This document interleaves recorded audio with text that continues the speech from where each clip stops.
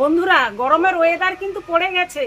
আর গরমের ওয়েদারে কি মনে হয় দুপুরের মেনুতে একটু টক হলে ভালো হয়। তাই আজ আমি কাঁচা আম আর শোল দিয়ে টক করে দেখাবো।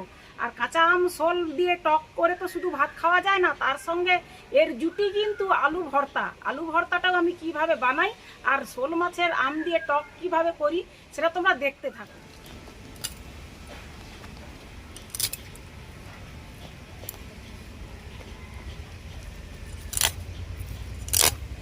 মাছটা আমার কাটা হয়ে গেছে, এবার মাছটাকে আমি ধুয়ে নিই। আলু ভর্তার জন্য এখানে 3টে আলুকে আমি ছাড়িয়ে ধুয়ে রেখেছি।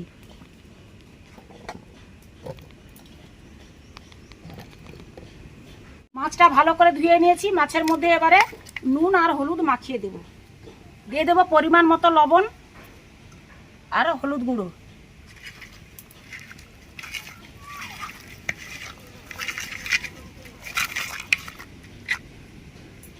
ঢেকে রেখে দেবো। এখন আমি ধরিয়ে নিয়েছি, এবার একটা কড়াই বসিয়ে দেবো। এর মধ্যে বেশ কিছুটা জল দিয়ে দেব। আলুগুলো সেদ্ধ করে নেব।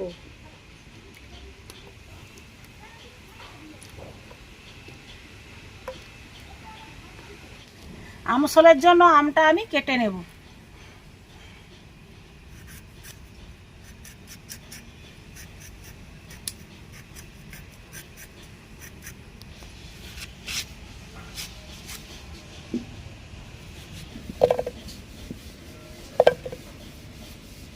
আমসলের জন্য মশলাটা আমি করে নেব।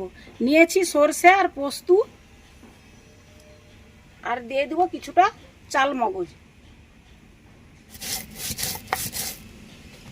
মশলাটা আমার বাটা হয়ে গেছে।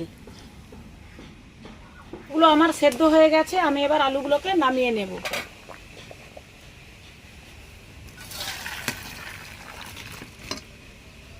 কড়াটা গরম হয়ে গেছে, কড়ার মধ্যে দিয়ে দেবো কিছুটা সরষের তেল। মাছগুলো ভেজে নেব। মাছগুলো ভাজা হয়ে গেছে, মাছগুলো এবার তুলে নেব। টকের মাছ বেশি ভাজার দরকার নেই, এইভাবে ভাজলেই হবে।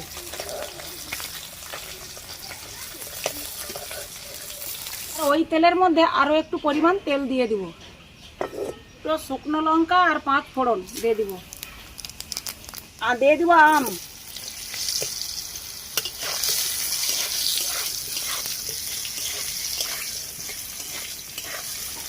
দিয়ে দেবো 1 চামচ লবণ, 1/2 চামচ হলুদ গুঁড়ো,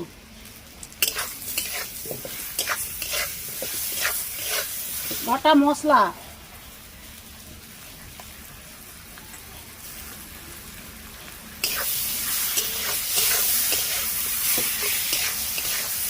দিয়ে দিব অল্প পরিমাণ জল।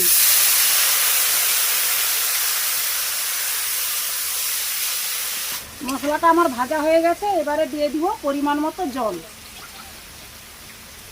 যেহেতু মাছের টক একটু তো ঝোল থাকবেই, সেরকম পরিমাপ করেই জলটা দিয়ে দিব। টকটা ফুটে গেছে, আমি এবার টকের মধ্যে মাছগুলো দিয়ে দেব।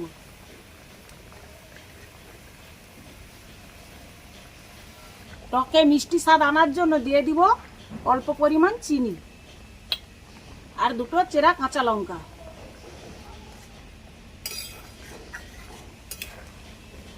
এবারে দিয়ে দিব অল্প পরিমাণ সরষের তেল।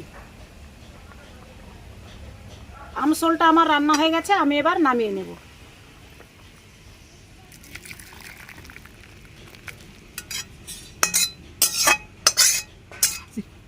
কড়াটা আমি বসিয়ে দিয়েছি। কড়াটার মধ্যে এবারে দিয়ে দেবো কিছুটা সরষের তেল, 2টো শুকনো লঙ্কা আর জিরা, পোস্ত, কালো সরষে।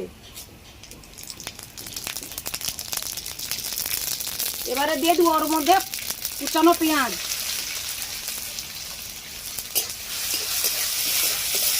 এবারে দিয়ে দিব কিছুটা রসুন গ্রেট করা আর আদাও গ্রেট করা।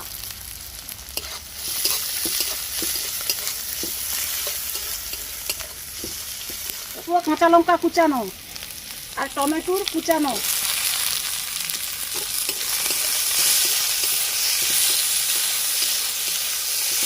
আলুর মাপেই দিয়ে দিব লবণ। আর দিয়ে দিব কাশ্মীরি লঙ্কার গুঁড়ো 1/2 চামচ, অল্প পরিমাণ একটু চাট মশলা,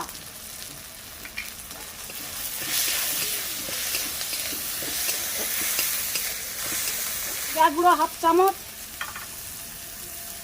ধনিয়া গুঁড়ো 1/2 চামচ, দিয়ে দেবো খুব অল্প পরিমাণ গরম মশলা গুঁড়ো। এবারে দিয়ে দিব কিছু ধনে পাতা কুচি।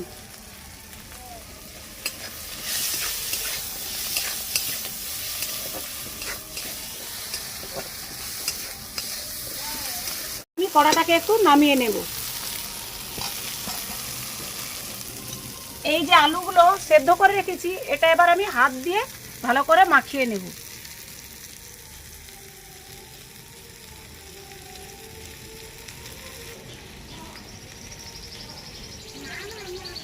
কড়াটাকে আবার একবার আমি উনানের মধ্যে বসিয়ে দেব। এই আলুগুলো এর মধ্যে দিয়ে দেব।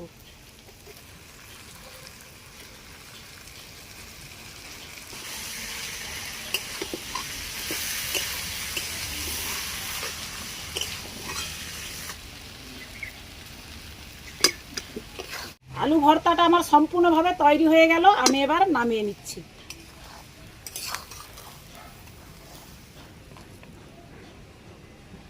আমসল আর আলু ভর্তা আমার দুটো রান্নাই কিন্তু কমপ্লিট হয়ে গেছে। আর গরম গরম ভাতটাও আমি আগে করে নিয়েছি, তো গরম গরম ভাতে গরম গরম ভর্তা আর টক দিয়ে ভালোই জমে যাবে। এবারে আমরা খেতে বসবো। বন্ধুরা, আমরা সবাই খেতে বসে গেছি।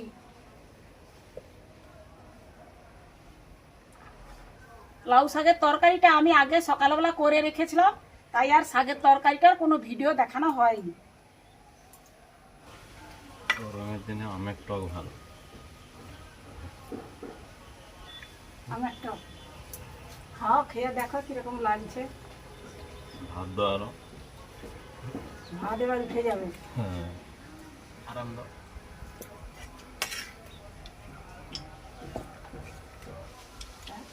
আলুটা তো ভালো লাগছে। ভালো লাগছে তো, ওরকম বলবো ভালো করে। আলু মোলা হলে, এরকম আলু মোলা মাছের টক হলে আর কোনো কিছু দরকার নেই। হ্যাঁ, কি আলু মোলার রংটাই কেমন সুন্দর।